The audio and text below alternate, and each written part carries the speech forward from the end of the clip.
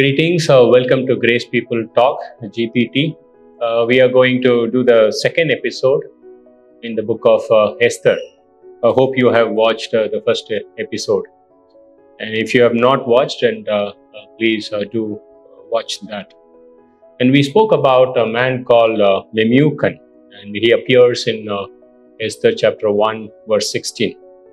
And he is the guy around the king, right? So he is pushing his own agenda. And it is possible that he had a wrong attitude with his wife, and then he comes and says that just because Vashti did not appear before this drunken 127 officials, excuse me for that word, and that is the right word to use. The drunken officials and Vashti did not appear before these people, and he is saying that so all women will dishonor their husbands by hearing what Vashti has done. So let it be a decree that is given by the king to all the 127 provinces. That the decree goes on this way, verse 20. Proclaim throughout the kingdom, all women will give honor to their husband, high and low alike. So these are the people that are around the king, and they push a law on the marriage that wife must do anything and everything that the husband is desiring and demanding. And this is being interwoven in one of the institution of God. And it says in Daniel chapter 7 verse 25 that the Antichrist would be the one who is going to change the moral code, the law. And today it has been happening. And there are so many Memucans that are around the king in various countries pushing their own agenda. The evil is working, and the law is written against the way that God honored that institution, where it says that the husband must love their wife, and just like Christ loved the church, and must be a sacrificial love. And this is something that is against the law. And God created male and female, right? This is something that is going to be against the law. And these guys are there, and God is going to take care of them. And Apostle Paul says that these guys were there around the Pharaoh, 2 Timothy chapter 3, verse 18, and Janus and Jambres. And they were trying to tell Pharaoh that, okay, they care for Pharaoh, and they were opposing the truth. And God said, just their folly is going to be one day evident. And that is what we saw. And we also saw again these guys around the king. And could we call these guys as yes men? They come in chapter 2 verse 1 after these things, when the king was like really depressed that he missed Vashti, and his anger came down. And some young men looked at the king, and they looked at, oh my God, the king is depressed now. What should we do? Okay, maybe go and have a good talk with the king and give some right counsel to the king. And these young women immediately came up with another kind of like order that you have to search out all the virgins from 127 provinces and bring them and put them in harem and give them the oil bath and perfume and do all kinds of manicure or pedicure or whatever you call, and then find a good wife among the women that are in the harem. Josephus says that at least 400 women, young virgins, were brought into the harem. Is that the way you solve a depression of a guy? Right? There is a word called sublimation. If you don't want this, then I will give you the phone and you can watch as many hours that you want to watch, as long as you keep quiet. Right? So when the king is kind of like depressed because he missed Vashti, probably you should have said to the king that, king, you did a wrong thing. Is that the way? There are always people around the king pushing their own agenda. And it is happening today. And I see the Bible being relevant today, to this day. And that's amazing portion of the scriptures, and how much are we to receive from counsel from the scriptures, right? Yes. Today I was just thinking about this person in the book of Esther, Mordecai, and I was just thinking this one thought that stood out was, respect can never be demanded, but rather respect is earned. Even if you see in Psalm 130 verse 3, God himself says that, I don't mark your iniquities. The psalmist is saying, because you don't mark my iniquities, Lord, you are revered. The respect is earned by the fact that, we learn that fear of the Lord, or the respect and the homage towards the Lord God Almighty, because of the fact that he is being kind to us and he is merciful to us, and he's not holding things against us, whatever we have done. So, but on the contrary, if you see, when respect is demanded, like say a person is having a great affluent wealth, or maybe because of the position that they hold, or even the influence that they have, we eventually see that such kind of forceful respect, when it is demanded, it only, what do you say, I can say, like, promotes the yes men around you. It promotes hypocrites. They have to say yes to you. They can never say, like, because you demand the respect, which means the motive of why they are going to respect you and their actions are completely two different things, which is basically developing a hypocrite. But we really see that, when the king was such that, we also see there are these yes men around, like how you were saying Memucan was.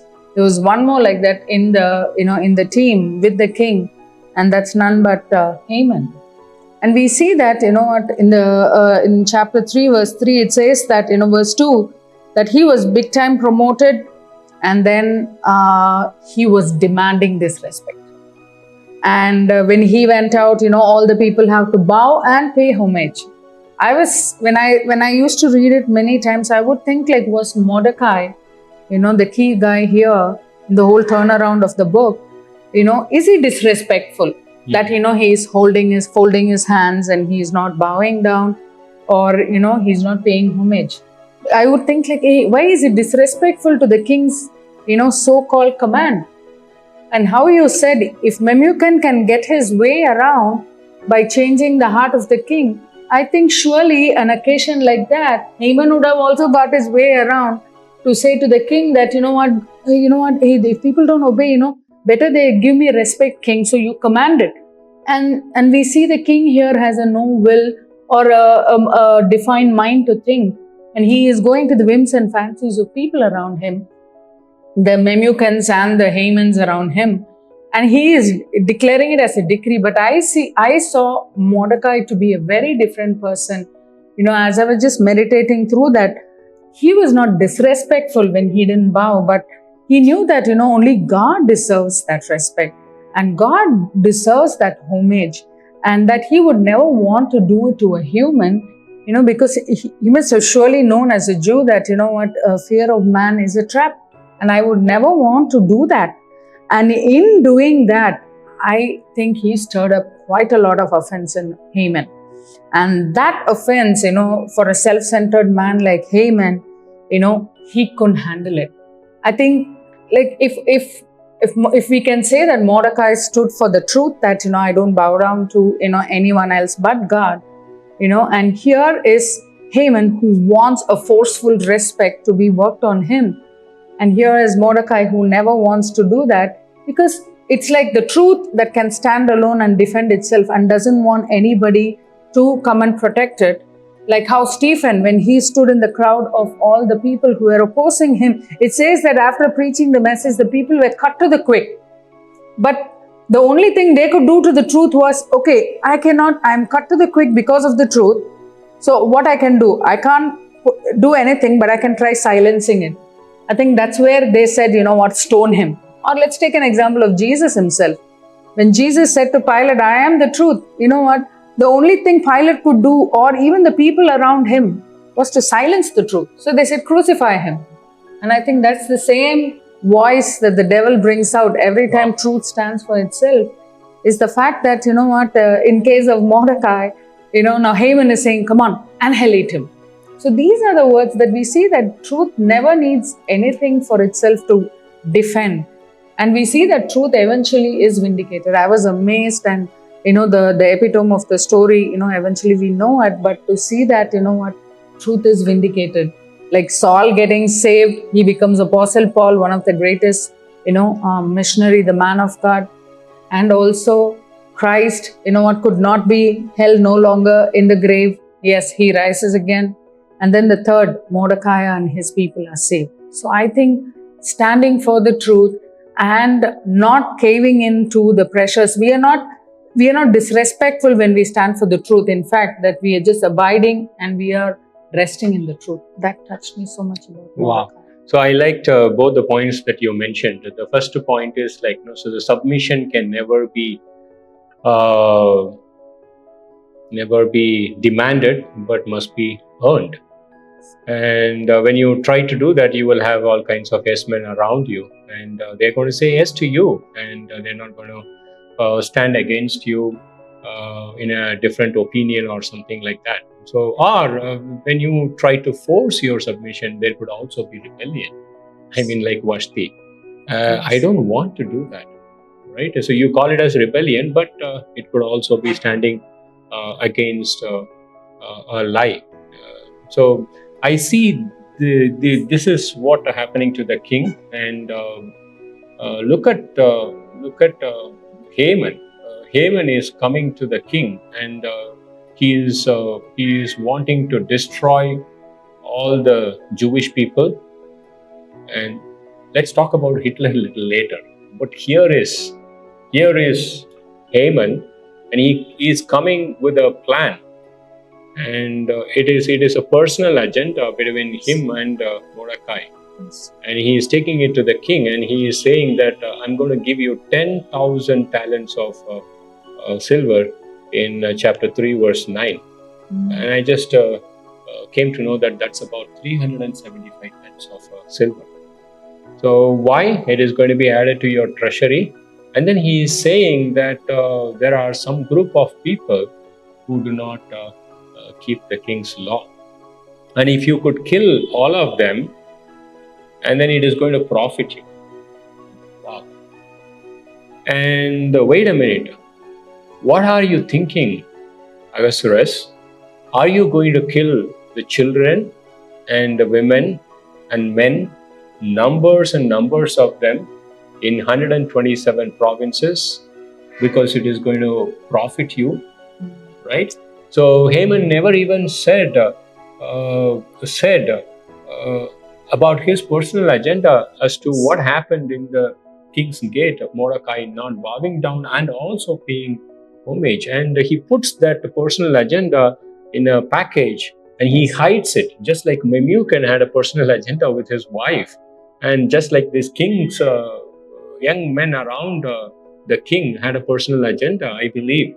And Haman has a personal agenda, and he just puts a cloak around it, and he's saying that, king, I'm really thinking profit for you. And then you know what happened before that? You should listen to this. Before that, there was a ceremony. Before even Haman came to the king. What was that ceremony? This is a superstitious ceremony. And it says that in chapter 3, verses 7, and they were casting lots. I said it so easily, they were casting lots. You know what they were doing? They were casting lots day after day. Wow. Day after day for how many days?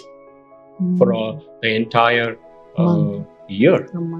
I mean, so from month to month and day after day, it's a huge ceremony, right? So it's like, no, so you're going to throw some dice and the numbers are going to appear, and the astrologers are going to kind of like, no, miss and match and everything. Oh, you put this, you put that, and that number, this number. Oh, is it a lucky charm? It's going to be for 360 days. Some of the scholars say, and they were like, every day, like, no, I mean, it's not the 360 days that the last lots were cast, but 360 times they were cast. And it was so much of a ceremony that is filled with the superstitious things. And then after that, oh my God, these lots were cast and everything was found. King, let me tell you that something that is going to profit you. You know what? If only you could actually kill all these people. It's going to profit you. And out of that plunder, I'm going to give you 375 tons of silver. And where is this? This is like a personal agenda between Haman and Mordecai. Right? If you are a king who is not going to think, and I was like, no, so this verse really troubled me. And in chapter 3, verse 15, it says that the king and Haman sat down to drink, and the city was in confusion. I don't know how many kings are there in this age today, sitting with one of the best so-called counselors who had a hidden agenda and who came through a superstitious prophet, and he said that, oh king, it is going to profit you if only you could do that, and you can kind of like change the law. And they are sitting and drinking, and the whole city is in confusion. Wow. I see that the enemy is moving subtly. Right? No wonder why Apostle Paul said in 2 Timothy chapter 2, we are to pray for our leaders. Right? We are to pray for leaders. If only he can get the highest realm and he puts the counselors around them, and they're going to have a godly appearance in 2 Timothy. But denying the true power thereof. That was like the first point. And so on the one side, you are saying that Vashti, you must come. On the other side, I was sort of saying, you mean to say this? Okay, I will obey. Oh, young man, you want this? I will do this. Oh, Mamikan, you want this? I will do it. What a king are you? How can you sleep when such a thing was done? And it was supposed to be like after 12 months that is going to happen. And here is a beautiful thing, right? This is evil. This is evil, right? So we are not living in cloud nine. We are riveted to the earth. And you talk about evil today. There is suffering woven through every single part of the humanity. And there are hurricanes. And we heard in Wayanad, so many people were hurried and babies are put to death. And so many things that are happening. And I read in one of the survey that every 15 seconds there is a domestic conflict. I think it is one of the most difficult place to live on the planet Earth. Is nothing but your home. And this evil is rampant on the earth. And then you need to understand this evil from a theological point of view. Where all it began. Where all it began. Right? There is marriage conflict. There is friendship that is broken. Where all it began? It began in the Garden of Eden. Right? So we can say that, okay, these guys are unto evil. But the evil is in you and evil is in me. And who brought in a solution for that? It is Christ.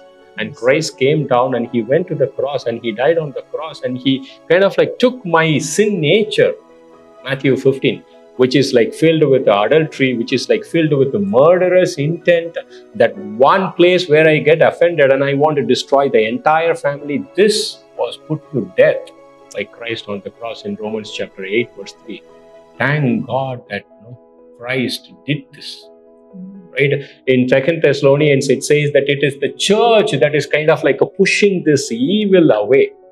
Of course, the kings and the counselors are coming up with a new law today, and they're going to sit and drink tomorrow. But who is the one that is restraining this evil? It is Christ. It is the church that is doing. And it happened in this episode also. It is God who was actually watching behind the scenes. Right? It is God who was conducting the show. You may put all kinds of dice and you may say that, oh, this is going to be the charm number and I'm going to take over this guy, and God is sitting in heaven in Psalm chapter 2 and he's kind of like laughing. Wow. I sent Christ down to this earth to put an end to it. One day he will come and there won't be any more evil. And the evil will be totally wiped away. And I'm so glad that so these things are happening in and around us, and we are like Mordecai, right? Don't you think that your devotion to the Lord will actually kind of like instigate the evil, right? Yes. Matthew chapter 16, here is the woman who pours out the alabaster oil, and kind of like, maybe a guy who is an engineer poured out his degree on Christ. Maybe, a guy who is a rich man who poured out his wealth on Christ. And maybe a girl, right, a mother who poured out whatever she had on Christ. And this kind of like instigated an evil inside the room. And it says that Judas said, no, why this waste? And after a few verses in Matthew 26, he went to the chief priest. You know what he said? What will you give me if only I could deny Jesus Christ? And they said, okay, come on, 30 pieces of silver. These transactions are going on, 375 tons. And somebody's devotion is going to really instigate the evil. It can happen in the home, it can happen in the office. It happened to Daniel, right? Daniel was devoted unto the Lord and he prayed, and it kind of like brought up. I mean, you want me to bow down, not just bow down and pay homage? Wow, this is satanic. And in Matthew chapter 4, and he said, if only you could bow down and pay homage to me. And Jesus said, get thee behind me, Satan. Yes. Right?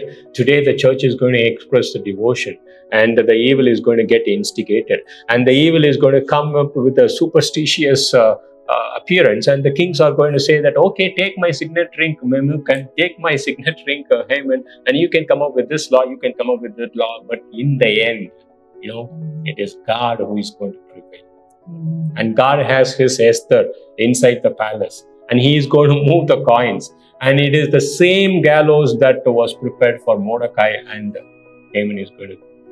I mean, the Bible began in this way. Let us face it. In the Garden of Eden, and God looked at the old serpent and he said, okay, I'm going to put an enmity between you and the woman, your seed and the woman's seed. And the woman's seed will crush your head. You will bruise his, heels. Right? He said, it's done. It's done. Let's begin writing the book. It happened in chapter 3. And the church is today pushing this evil away. And let's talk more about it and in the upcoming days. And just want you to think about these thoughts. And thank you so much for watching. God bless you.